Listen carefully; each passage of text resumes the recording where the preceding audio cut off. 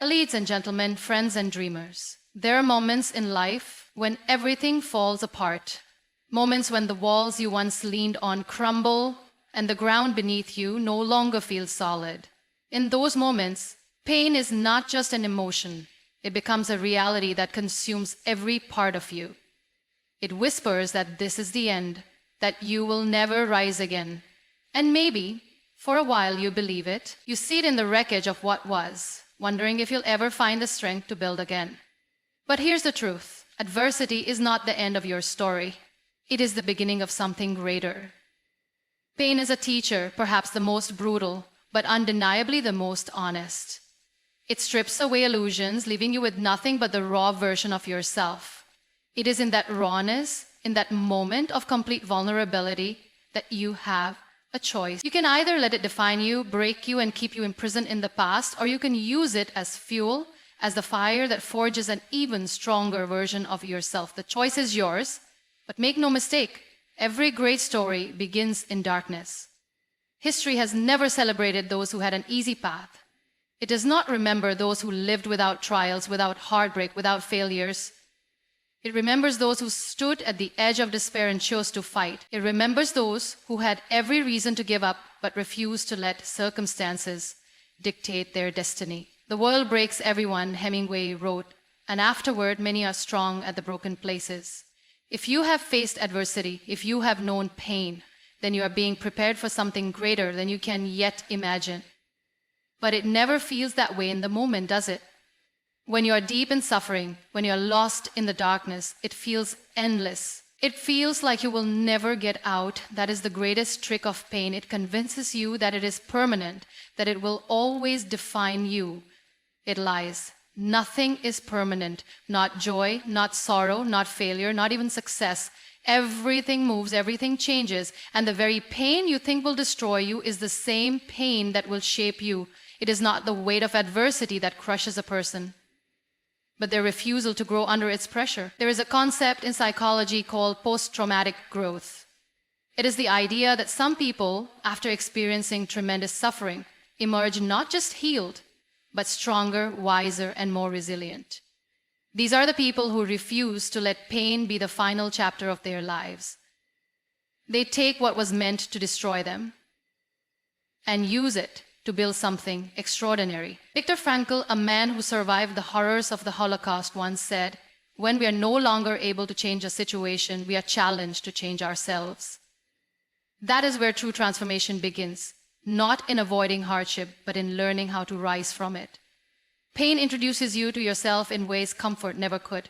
When everything is going well, when life is smooth and easy, you do not truly know what you are capable of. It is only when you are tested, when you are pushed to the edge, that you discover the depth of your own resilience.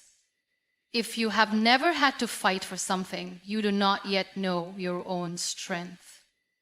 And strength is not given, it is earned. It is earned in the moments when quitting seems easier, when the world is against you, when you are knocked down over and over again. Every time you stand back up, every time you refuse to let the weight of the world crush you, you are forging yourself into something unbreakable. But resilience is not just about enduring pain, it is about transforming it. Some people go through hardship and become bitter, resentful, convinced that the world owes them something. Others take that same hardship and turn it into something meaningful. They take their suffering and use it to help others, to create, to inspire.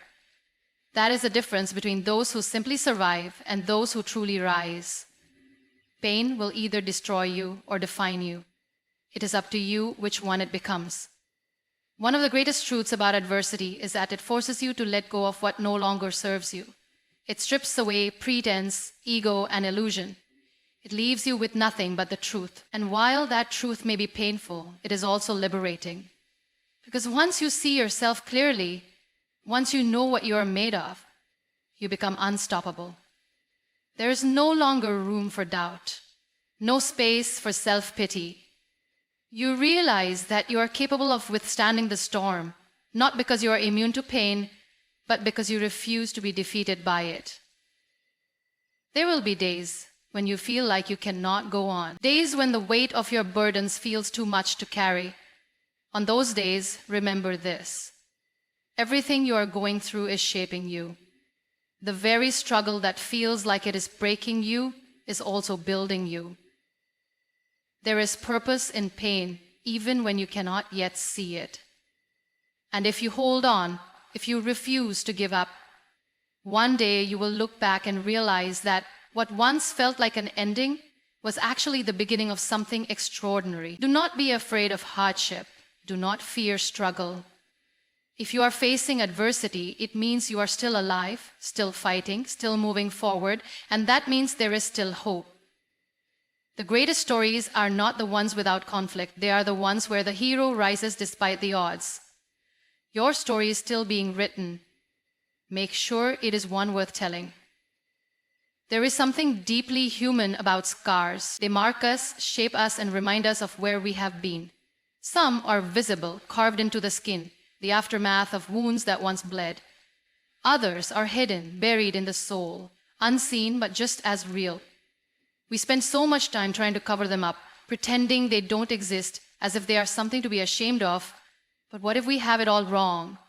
What if our scars are not signs of weakness, but proof that we survived? What if they are not reminders of pain, but evidence of our strength? We live in a world obsessed with perfection, a world that tells us to be flawless, to hide our wounds, to erase every trace of struggle. But life does not work that way. No one walks through it unscathed. No one makes it to the other side without being broken in some way. And that is not something to fear. That is something to embrace. Because the cracks, the wounds, the scars, these are the things that make you who you are. They are the chapters of your story, the proof that you faced battles and kept going. There is nothing more powerful than a person who has been broken and still chooses to stand. Strength is not found in never falling. It is found in the moments when everything tells you to give up. And you don't.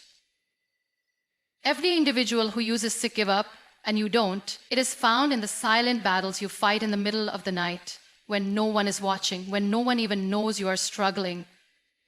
It is found in the way you carry your scars, not as a burden, but as a testament to your resilience.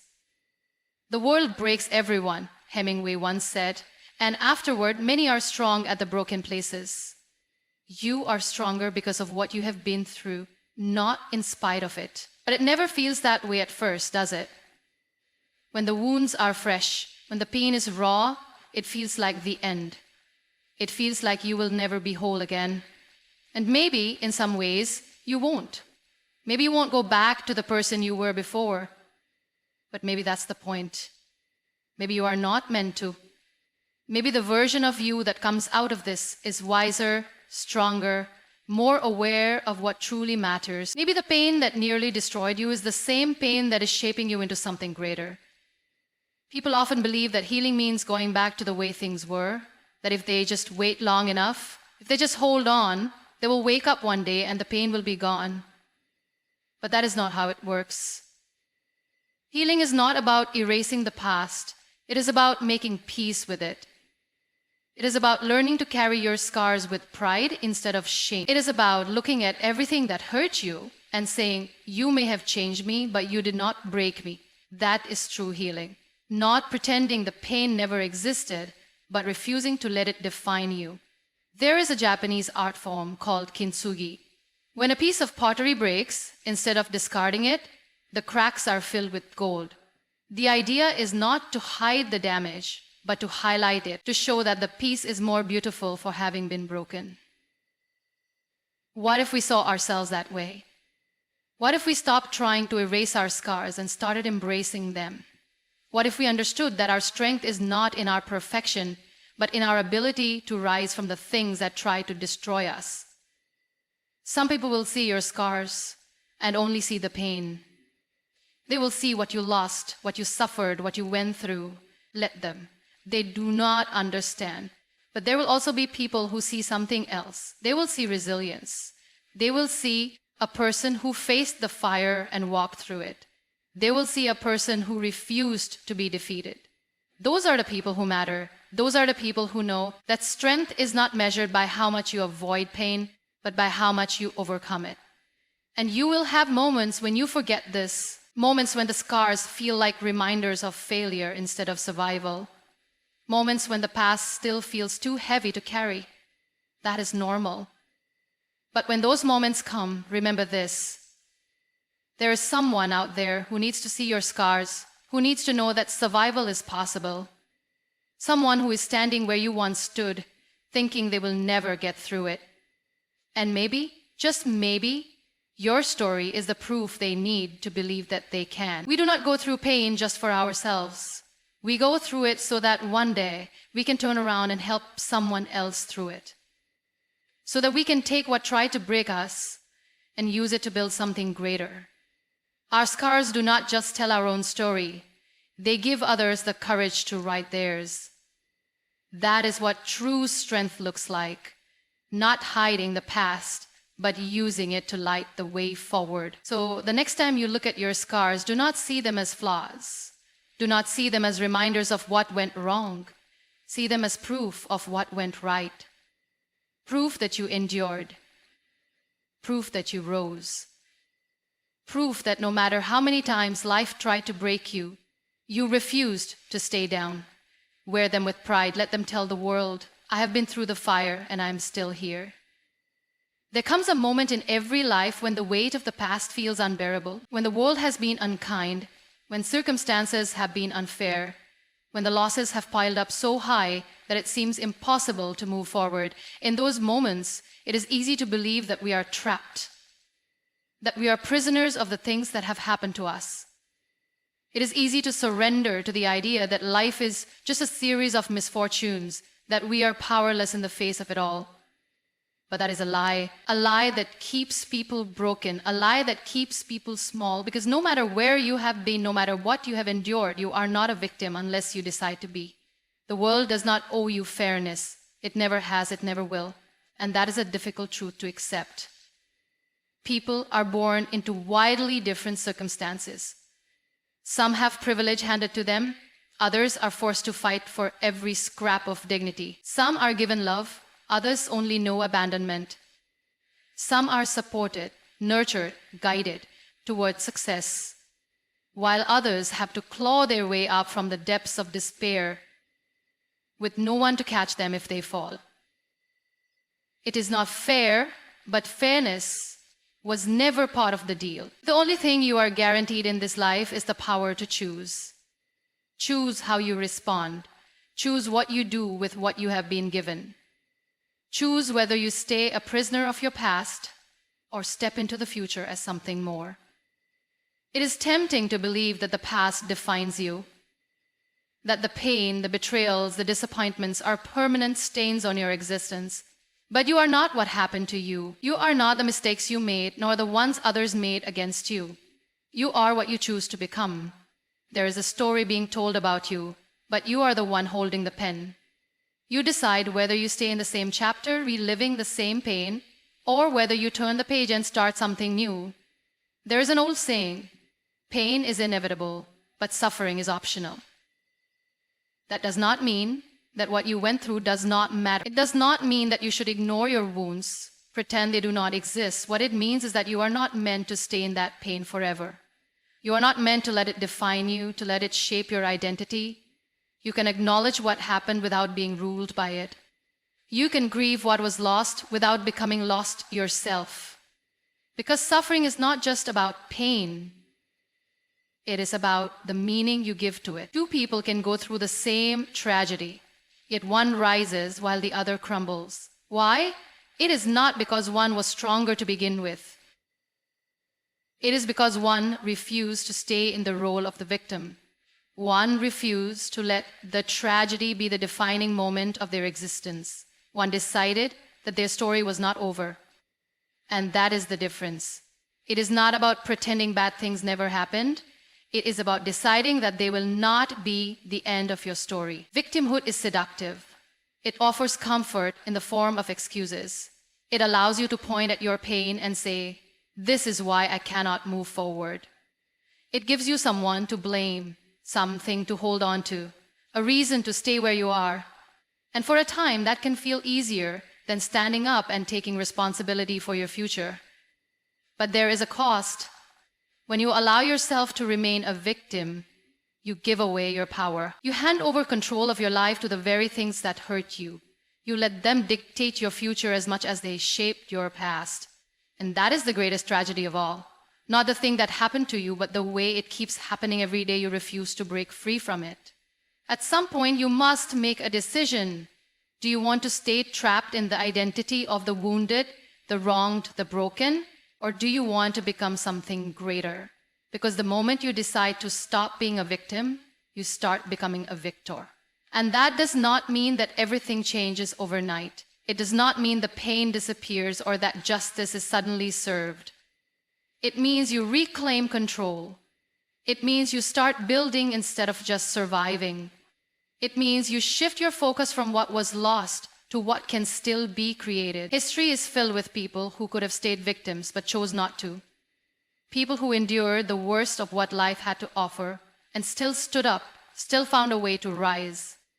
People who refused to be defined by their past and instead used it as fuel to create something better. The human spirit is not meant to be passive.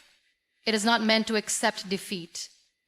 It is meant to fight, to push forward, to rise against the odds. And the moment you stop seeing yourself as helpless is the moment you begin to tap into that power.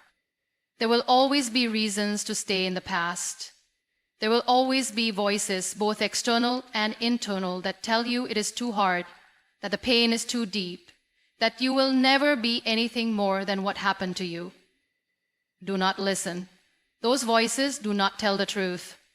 The truth is that you are stronger than you know. The truth is that the future is still unwritten, and you are the one who will write it. The truth is that you have already survived the worst days of your life, and that means you have everything it takes to move forward. No one is coming to save you. No one is going to fix what was broken for you. But you do not need them to, because you have the ability to save yourself. You have the ability to take everything that happened and turn it into something powerful. Your story is still yours to tell. Make sure it is a story of victory, not of surrender.